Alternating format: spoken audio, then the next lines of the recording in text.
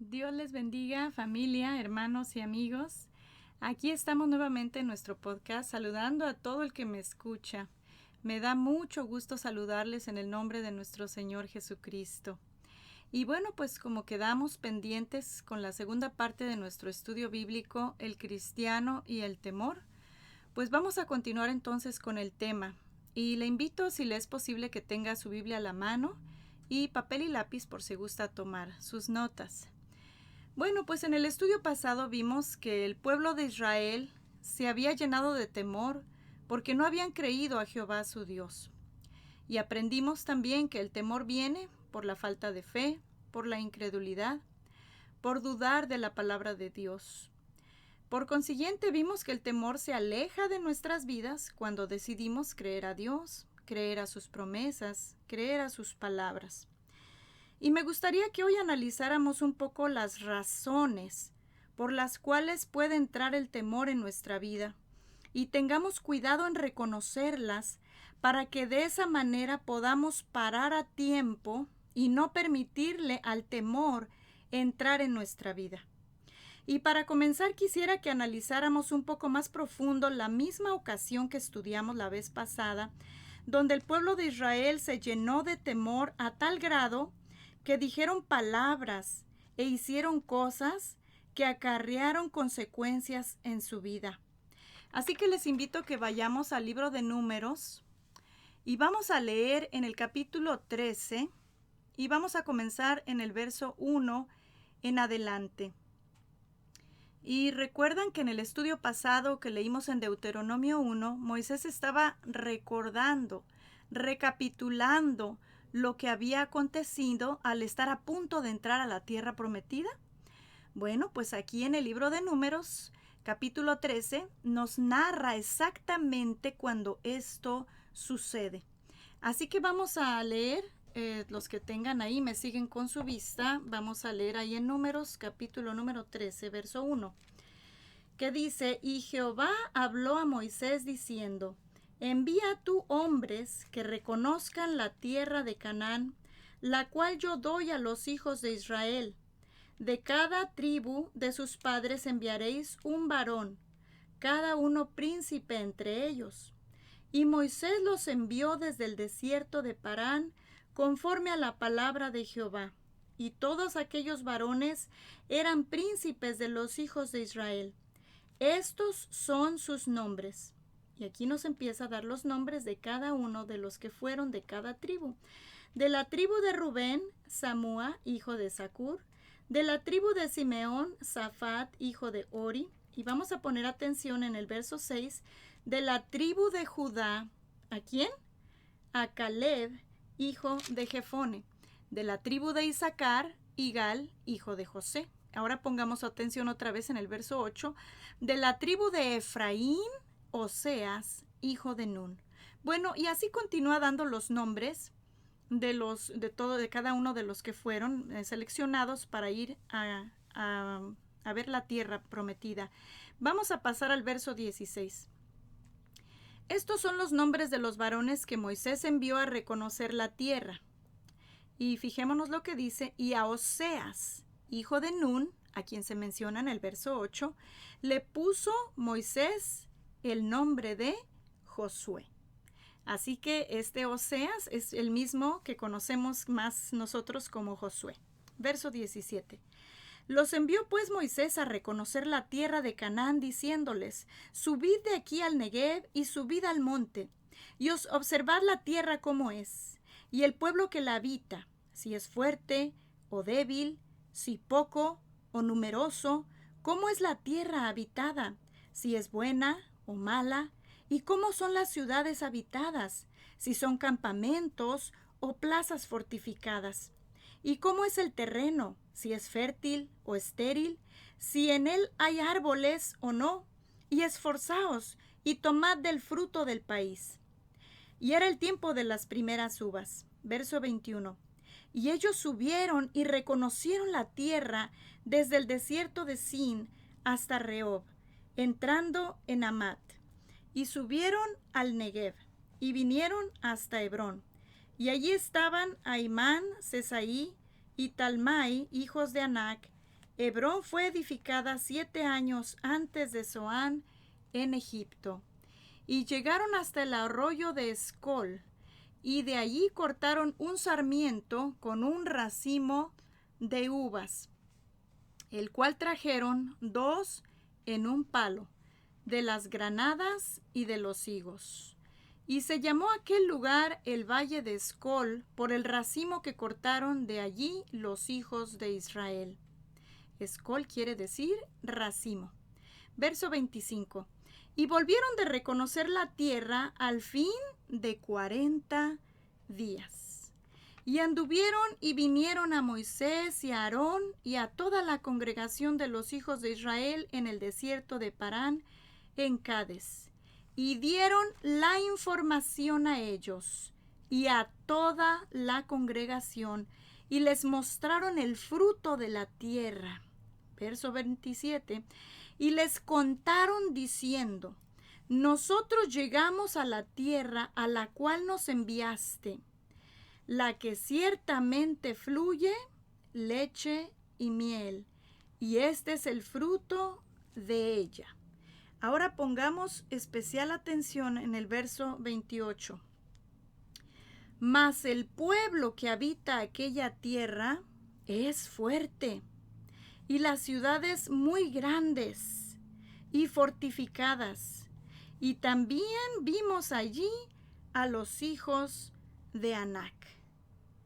Así que vamos a ver, ¿verdad? En estos versículos, aquí vemos, ¿verdad?, que nos va dando el panorama completo. Y quisiera que empezáramos a analizar una de las razones que vemos aquí para que el corazón se llene de temor. Y aquí vemos que regresan con un reporte dándole información. Y lo primero que yo encuentro aquí, porque el corazón se empieza a llenar de temor, es, número 1, el escuchar malas noticias o escuchar noticias alarmantes. Aquí en el versículo 28, el pueblo empezó a escuchar unas noticias no muy buenas. Vamos a seguir el verso 29. Amalec habita el Negev, y el Eteo, el Jebuseo y el Amorreo habitan en el monte, y el Cananeo habita junto al mar y a la ribera del Jordán. Y vamos a leer el 30, solo la primer parte. Entonces Caleb hizo callar al pueblo delante de Moisés. Ahora, por eso les dije que pusieran atención en los nombres de los que fueron. Recordemos que Caleb fue, ¿verdad?, de estos 12 que Moisés envió a reconocer la tierra, y vemos su nombre en el versículo número 6. Al hacer callar Caleb al pueblo, quiere decir que el pueblo se empezó a turbar. Al hacerlo callar, quiere decir que el pueblo se empezó a preocupar, el pueblo se empezó a asustar. Y es exactamente lo que sucede con nosotros como humanos cuando empezamos a escuchar malas noticias o noticias alarmantes. Empieza a entrar el miedo, empieza a entrar el temor. Y durante estas semanas, ¿verdad?, que estamos viviendo, ¿verdad?, de esta situación de emergencia que estamos viendo, esta emergencia sanitaria, viendo uno de los noticieros que ponían al principio, ¿verdad?, del noticiero, un escenario así como de un cielo totalmente nublado, oscuro, como de noche y con la luz de un relámpago y unos titulares alarmantes. Pues es lógico que causen el miedo, el pánico en la población que los ve. La gente se asusta y empieza a decir, nos vamos a morir, ¿qué va a pasar? Así como el pueblo de Israel, porque dice que Caleb hizo callar al pueblo. Y sí, hermanos, así comienza el miedo, con malas noticias, con noticias alarmantes. Pero sigamos leyendo el verso 30. Vamos a ver el verso 30. Entonces Caleb hizo callar al pueblo delante de Moisés y dijo: subamos luego y tomemos posesión de ella, porque más podremos nosotros que ellos. ¡Wow!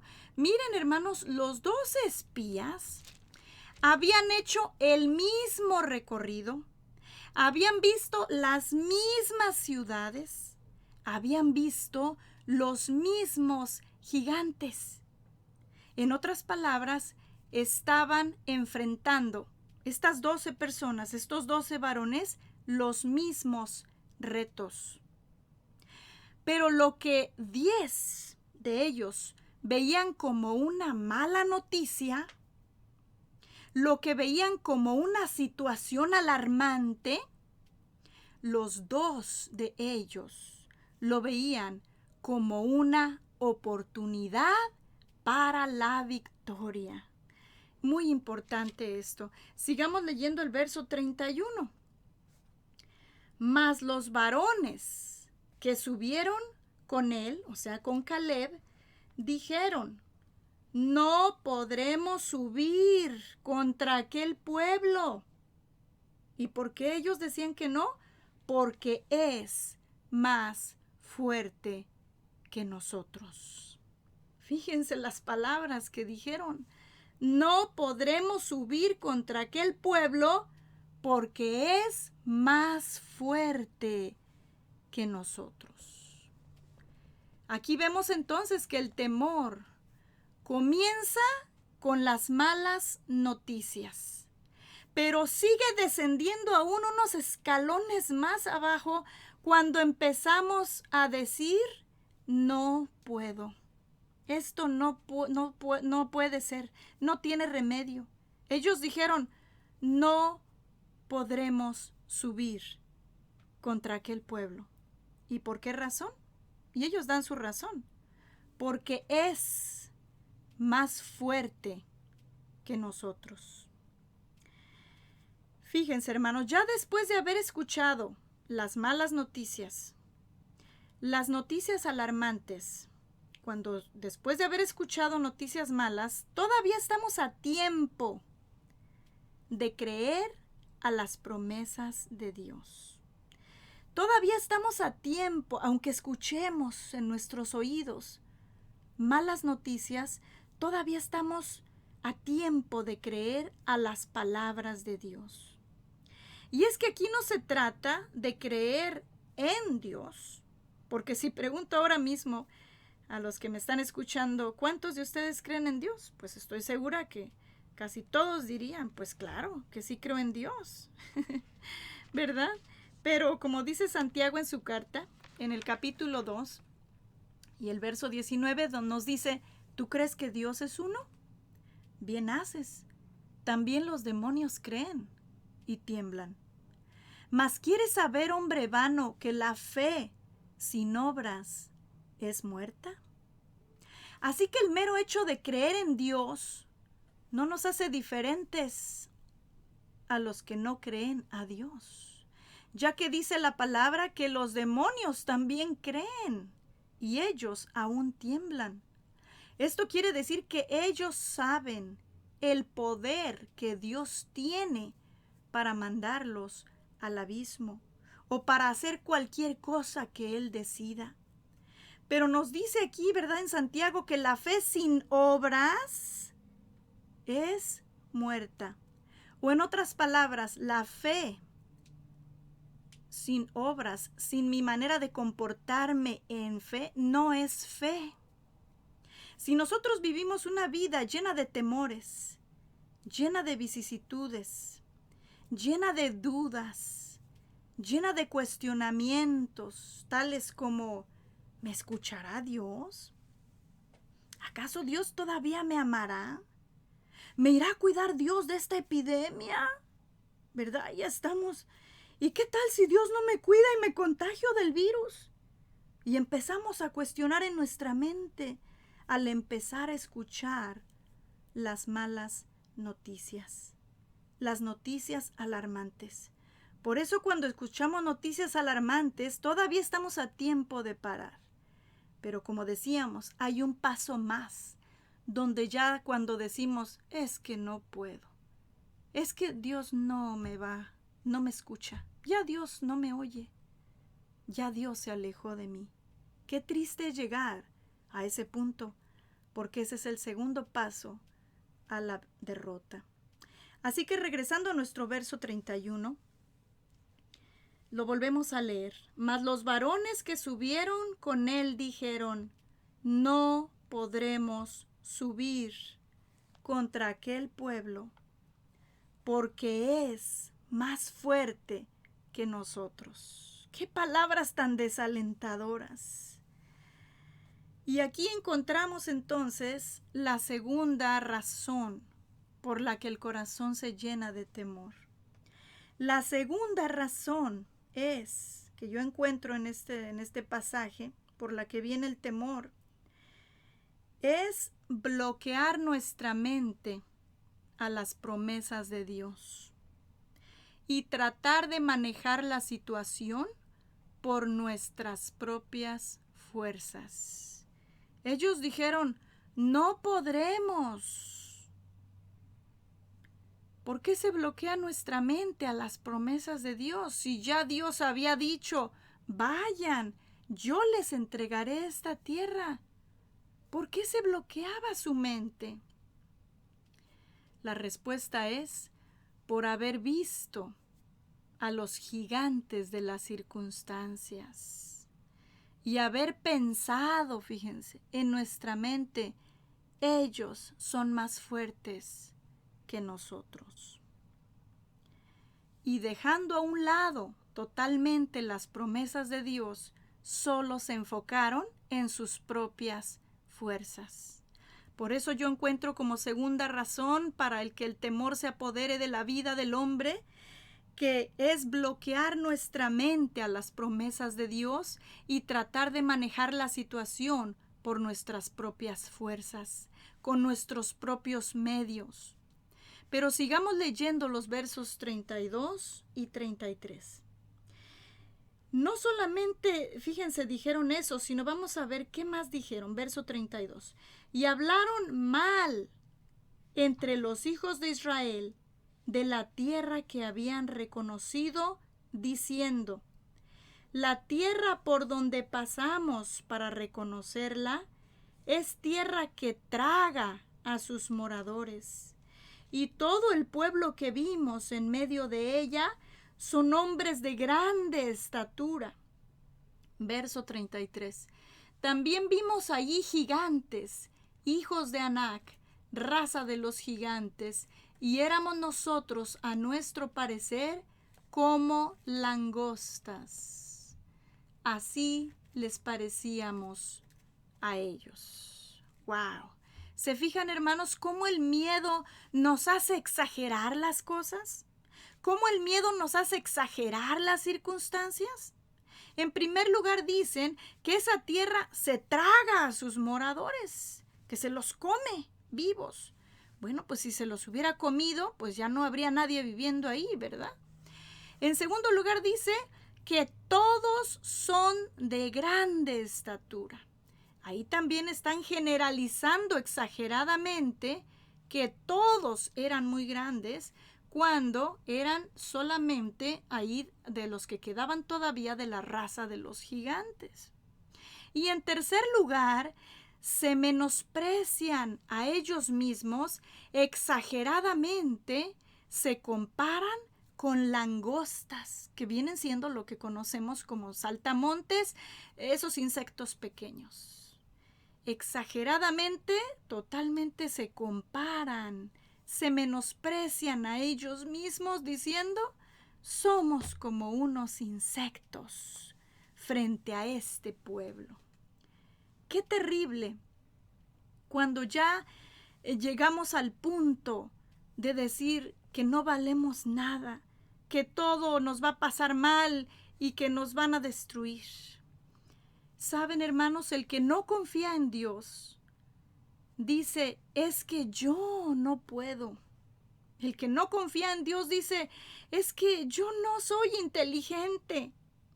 El que no confía en Dios dice: es que yo no me preparé. Es que yo no estudié. soy tan insignificante. Y olvidamos, hermanos, completamente que no se trata de nosotros. Se trata de quién vive en nosotros. Se trata de quién dio las promesas. Se trata de en quién está nuestra fe. Aleluya. Pero erróneamente, todo lo queremos relacionar con nosotros. Y por eso caemos en pánico, por eso caemos en miedo, porque pensamos que nosotros vamos a ver la manera de cómo arreglar la circunstancia. No, no y no. El apóstol Pablo dijo, todo lo puedo, ¿pero en quién? En Cristo, que me fortalece, no en mis propias fuerzas. Gloria al nombre del Señor, porque separados de Cristo, ciertamente nada podremos hacer. Gloria al nombre de nuestro Dios. Así que, hermanos, no se trata de nosotros. Ellos dijeron, no podremos, porque ellos son más fuertes que nosotros. Y somos como langostas, como insectos insignificantes delante de ellos. Y miren, hermanos, quisiera que leyéramos en el libro de Éxodo para que recordemos, ahí pongan una marquita en el libro de Números, y vamos a ver el libro de Éxodo, capítulo número 33, y vamos a ver cómo Dios les dio la promesa de que Él iba a introducirlos a la tierra prometida.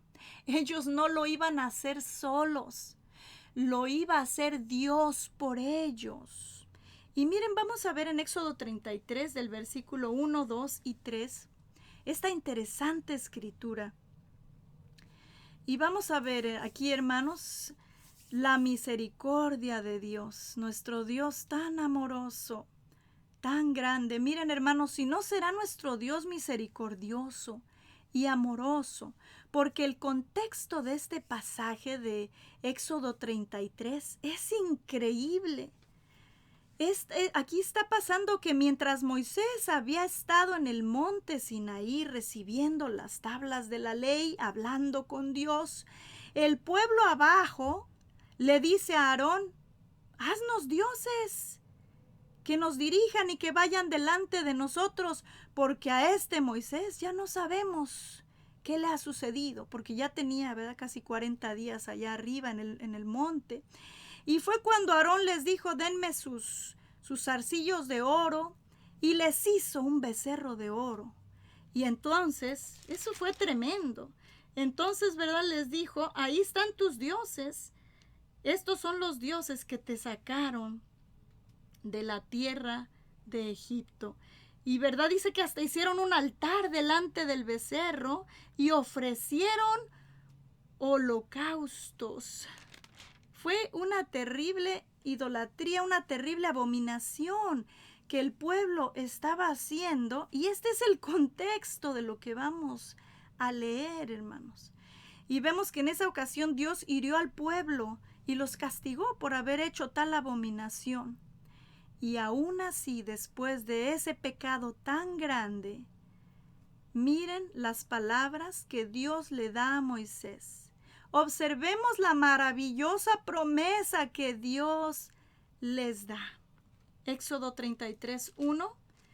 Jehová dijo a Moisés, anda, sube de aquí, tú y el pueblo que sacaste de la tierra de Egipto, a la tierra de la cual juré a Abraham, Isaac y Jacob, diciendo, a tu descendencia la daré, y yo enviaré delante de ti el ángel, y echaré fuera al cananeo, y al amorreo, al eteo, al fereceo, al heveo, y al jebuseo, a la tierra que fluye leche y miel. ¡Wow! Aquí Dios vuelve a reafirmar su promesa dada en los primeros capítulos del Éxodo, cuando les dice que Él los introduciría a la tierra prometida. Dios dice que delante de ellos iría un ángel y que Dios mismo echaría afuera al cananeo, al amorreo, bueno, a todos estos pueblos que habitaban en esa tierra, pueblos que ellos mismos mencionaron en su reporte en el capítulo 13 de Números. Volvemos allá, y el verso 29. Ahí nos habla en el verso 29 de Números 13 todos los nombres de los pueblos que ellos vieron. Ahí ya Dios les había dicho que Él los iba a echar fuera. No ellos mismos, sino Dios mismo. Dios había prometido que Él mismo los echaría fuera. Pero aquí en el verso 31 del capítulo 13, ellos dicen: no podremos subir contra aquel pueblo porque es más fuerte que nosotros, bloqueando su mente a las promesas de Dios y pensando que ellos lo iban a hacer por sus propias fuerzas, cuando no era así. Y quizás, hermanos, al leer estos pasajes podría venir una pregunta a nuestra mente. ¿Acaso Dios no podría haberlos introducido a la tierra prometida, a una tierra que no estuviera habitada? Que no tuvieran que batallar, que no tuvieran que enfrentar tantos retos y tantos temores. Y puede ser que nosotros mismos también nos preguntemos: ¿por qué tengo que pasar por tantas cosas difíciles? ¿Por qué la vida cristiana es difícil? ¿Por qué tengo que enfrentar tantas circunstancias y adversidades? ¿Por qué tengo que sufrir tantas aflicciones? Pues saben, hermanos, que el apóstol Pedro en su primer carta, en el capítulo 1 y verso 3 en adelante, nos dice que nuestro Dios nos hizo renacer para una esperanza viva, para una herencia, no terrenal como la del pueblo de Israel, sino para una herencia incorruptible, reservada en los cielos para nosotros, que somos guardados por el poder de Dios mediante la fe. Aunque ahora, dice el apóstol Pedro, por un poco de tiempo, nos dice, si es necesario, tengamos que ser afligidos en diversas pruebas, para que, sometida a prueba nuestra fe, mucho más preciosa que el oro, el cual, aunque perece, se prueba con fuego, sea hallada nuestra fe en alabanza, gloria y honra cuando sea manifestado Jesucristo. Aquí nos dice que si el oro, hermanos, es pasado por fuego para saber si es oro, pues dice que nuestra fe es aún más preciosa que el oro. Y vaya que el oro en el mundo es el metal más costoso. Pues entendamos entonces que nuestra fe es más valiosa, más preciosa que el oro. Entonces es necesario que esa fe pase por el fuego para ver si es verdadera o si era pura paja, pura hojarasca, pura madera. Por el fuego será revelada la obra de cada uno. La fe de cada uno, el fuego la probará. El fuego la probará. Y quisiera, hermanos, que fuéramos al Salmo 112, un precioso salmo. Salmo 112. Y vamos a ver en su versículo 7 y 8. Y vamos a ir concluyendo. Salmo 112, y vamos a leer el verso 7 y 8. Miren qué maravilla de estas preciosas palabras. Dice: no tendrá temor de malas noticias. Está hablando del justo. Si leemos la línea anterior en el verso 6, dice: en memoria eterna será el justo. No tendrá temor de malas noticias. Su corazón está firme, confiado en Jehová. Y luego dice el versículo 8, asegurado está su corazón, no temerá. Wow, creo que este verso nos resume lo que hemos estudiado hoy. Es como si el salmista tuviera en mente aquellas malas noticias que trajeron los 10 espías. Y dice, lleno de fe y de confianza, el justo no tendrá temor de malas noticias. Su corazón estará firme, confiado en Jehová, y reafirma, asegurado está su corazón, no temerá. Bien, hermanos, pues vamos concluyendo entonces. La primera razón por la que viene el temor es por escuchar malas noticias, por poner oído a noticias alarmantes, a noticias negativas. Y la segunda razón, por bloquear nuestra mente a las promesas de Dios y por tratar de manejar la situación con nuestras propias fuerzas. Así como el pueblo de Israel iba camino a la tierra prometida y enfrentó retos, temores y adversidades, de la misma manera cada uno de nosotros que hemos aceptado la reconciliación con Dios por medio de su Hijo Jesucristo, vamos caminando también en esta vida, con la esperanza de llegar a esa ciudad celestial. Pero mientras peregrinamos por esta vida, al igual que los israelitas, enfrentamos muchas adversidades, muchas situaciones difíciles, retos, temores, desalientos. La decisión que tenemos que tomar en este momento es: ¿decido dar atención a las malas noticias? ¿Cuáles son las malas noticias que estás escuchando en tu vida?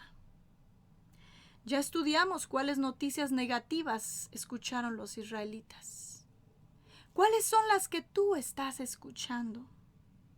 Contestemos esta pregunta en nuestro corazón.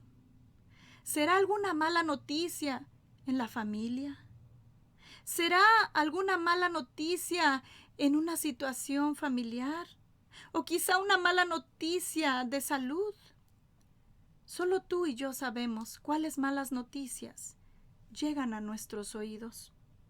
Ahora, en segundo lugar, ¿decidiremos bloquear nuestra mente a las promesas de Dios y tratar de resolver esa mala noticia con nuestras propias fuerzas? ¿O decidiremos hoy confiar con todo nuestro corazón en las promesas de Dios y dejar de tratar de resolverlo en nuestras propias fuerzas, apoyándonos toda nuestra fe en la palabra dada por Dios? La decisión es nuestra. Oremos.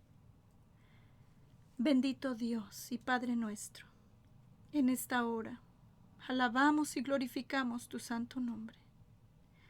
Gracias, Padre, porque tú nos hablas a través de tu palabra. Te pedimos perdón, Padre, si hemos estado dando oído a tanta noticia negativa, si es que la hemos anidado en nuestro corazón. Perdónanos, Señor. Sabemos que las noticias malas vendrán, pero queremos ser como el salmista. No queremos sentir temor, Señor, cuando recibamos malas noticias, sino queremos que nuestro corazón esté firme, confiando en ti. Mi Padre, sí, Señor, que mi corazón esté asegurado sin temor. Limpia nuestra mente, Señor, para recibir tus promesas. Desbloquea nuestro corazón de toda duda, Señor, y que podamos entender y que tú sueltes toda atadura para que podamos entender que no es con nuestras propias fuerzas, sino que es con tu poder, obrando a favor del que cree. Gracias, Padre, que de hoy en adelante no permitas que el temor domine ninguna vida de quienes estamos unidos en oración. Que sean fuertes, Señor, mis hermanos, y que podamos aplicar la fe, el creer a tus promesas. Gracias, Padre, lo pedimos todo y te damos gracias, en el nombre que es sobre todo nombre, de Cristo Jesús. Amén. Eres mi protector, llenas mi corazón con cánticos de liberación, de angustia me guardarás, confiaré en ti. Eres mi protector, llenas mi corazón con cánticos de liberación, de angustia me guardarás, confiaré en ti. Eres mi protector,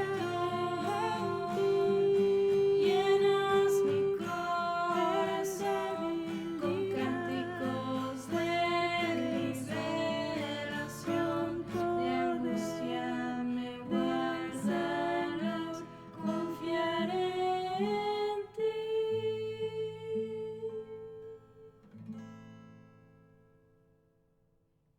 Y les invito, hermanos, que voy a hacer la tercera parte de este tema porque tenemos mucho más material todavía para estudiar. Que Dios les bendiga y hasta la próxima.